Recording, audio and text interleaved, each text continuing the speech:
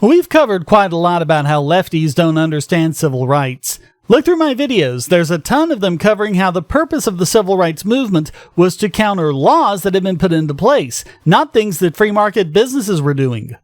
Now, all of this liberal rage against so-called platforms like Facebook is twisting the concept of civil rights even further. This is why it's important to understand what's truth and what's rhetoric, because if you let the rhetoric stand, it never stays in place. It gets expanded to things that no one during the time of the civil rights movement would ever have thought about applying it to.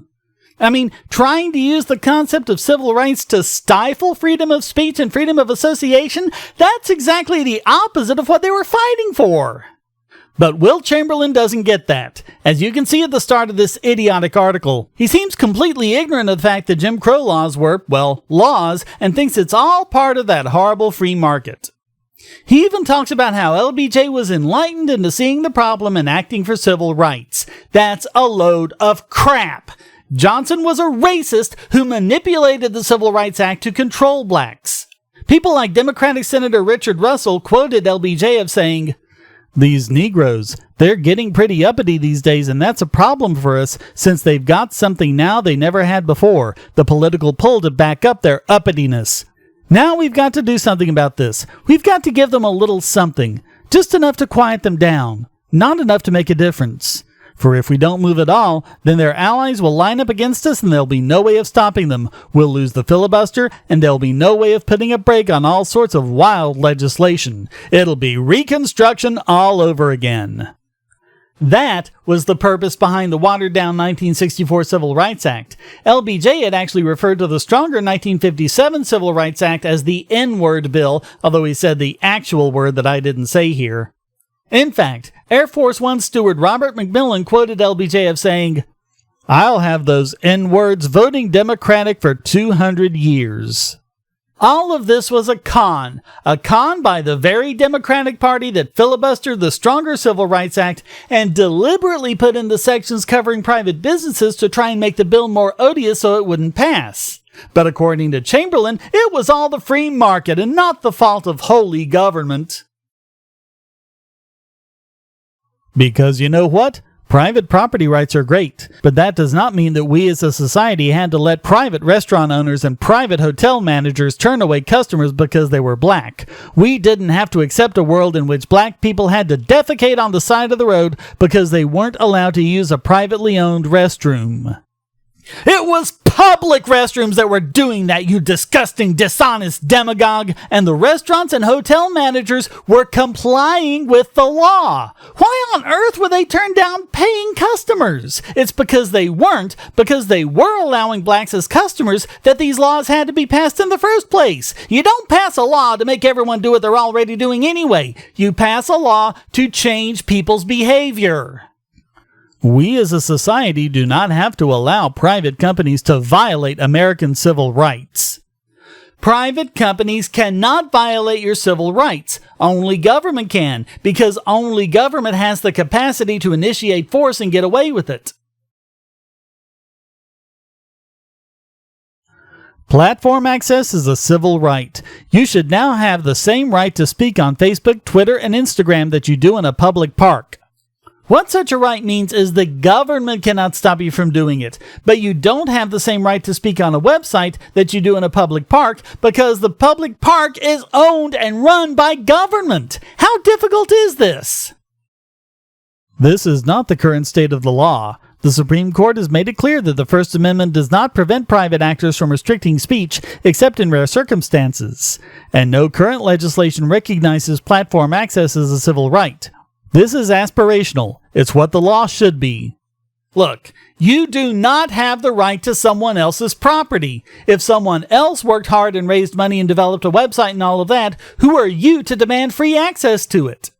Freedom of speech never meant that someone else could be forced to give you a platform, any more than freedom of the press meant that someone else could be forced to give you a movable type machine. Free speech is more than the First Amendment, which only protects you from the government infringing on your rights. In 2019, that is woefully inadequate. Access to the large social media platforms, Facebook, Twitter, and Instagram, is a prerequisite to meaningful free speech in 2019. No, it isn't, because people can go elsewhere. There's Gab. There's Minds. There's the new BitTube platform that's going to be released soon. People are already leaving Facebook in droves, and hardly anyone in Generation Z uses it, and even fewer use Twitter. They use Snapchat a lot more than Facebook. I've covered before how 10 years ago it was MySpace that was the big natural monopoly that we had to regulate. Before that, it was eBay. Before that, there's no way a small upstart like Google can compete with the dominance of Yahoo and Alta Vista. This guy must be a millennial. Only a millennial could pretend that Facebook's been around forever and it's impossible to topple a popular site. Either that or someone with a terrible memory. Conservatives should focus on passing legislation at both the state and federal levels that protects all citizens' access to large social media platforms on civil rights grounds.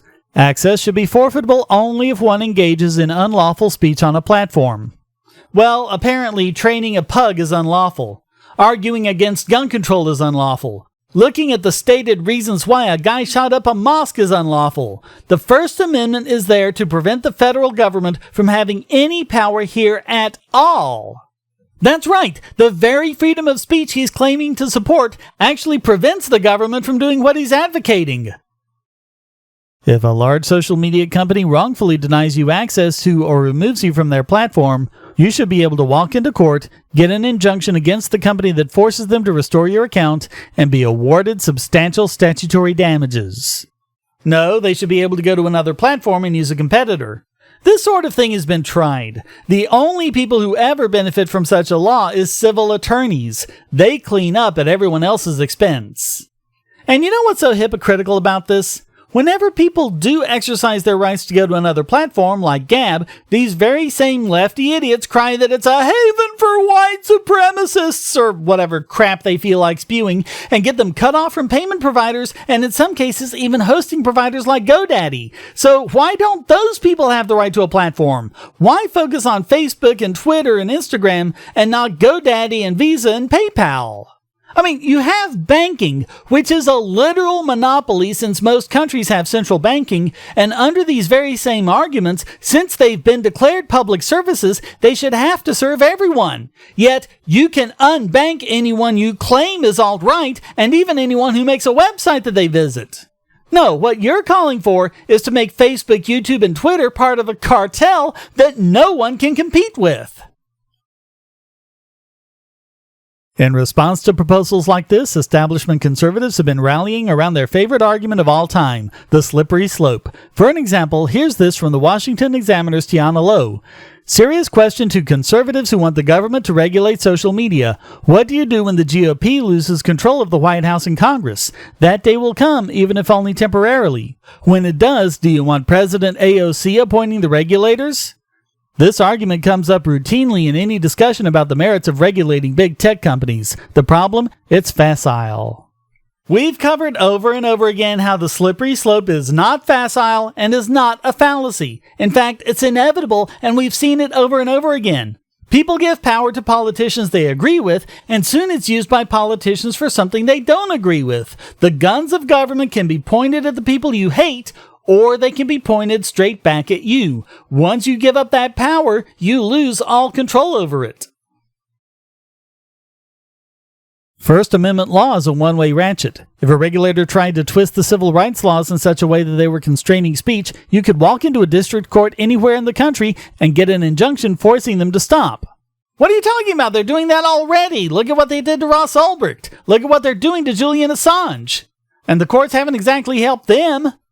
That's the funny thing about one-way ratchets. It only takes the flip of a lever to get them to turn the other way, so thanks for the apt analogy. He mentions Packingham v. North Carolina, which is bogus because this case is about a government restriction on speech. What's funny is that he didn't mention Dennis v. United States, which criminalizes speech that advocates disbanding any part of the U.S. government. Or Roth v. United States, which said that any speech can be censored if it doesn't meet contemporary community standards, a completely arbitrary criterion that has been applied capriciously. And then there are the numerous court cases restricting speech on the basis of imminent lawless action, which means whatever the judge wants it to mean at the time. He's fine with all that, apparently. So here we have it, a unanimous Supreme Court decision holding that the First Amendment prohibits federal and state governments from restricting your access to social media. Right, they just cut you off from payment providers like they did with Gab and Subscribestar. Finally, and perhaps most importantly, the laws I am proposing do not necessarily require regulators to enforce. Well, who is going to enforce it? Martians? By creating a private right of action that allows citizens to walk into court and get their accounts restored, it will be judges, not regulators, that protect the civil right to platform access. Wow, he really hasn't thought about this. Whom are you suing? Who's arguing for the other side? Court cases have to have two sides, you know. The one example he gives is the Telephone Consumer Protection Act of 1991, but in the very same paragraph, he admits that it's regulated through the FTC. And just so everyone knows, this is the law that set up that ridiculous do not call registry, which basically stopped small businesses from growing outside their area code. This also has nothing whatsoever to do with what someone can post publicly on someone else's website. The only private action we need is something people should be able to do anyway. Take them to court for breach of contract if they deplatform you in violation of their terms of service, like Patreon did to Sargon of Akkad.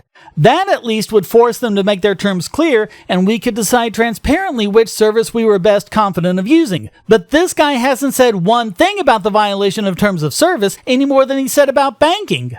You want Chamberlain's viewpoint completely exposed for what it is? Let's let him do it himself. Conservatives should frame deplatforming as a civil rights issue because it is one, and Republicans in friendly state legislatures should pass laws protecting that civil right because they can. Conservative objections to this plan are peacetime objections, and we are not at peace. Get that? We are not at peace. He is calling for violence. He admits it. He wants to use the violence of the state to make people do what he wants them to do on their own websites. The civil rights movement happened because property rights were being violated. You do not get to claim intellectual descendancy from those in the movement by violating property rights. You want to see the results of this? Just look at the European Union, where this is already happening.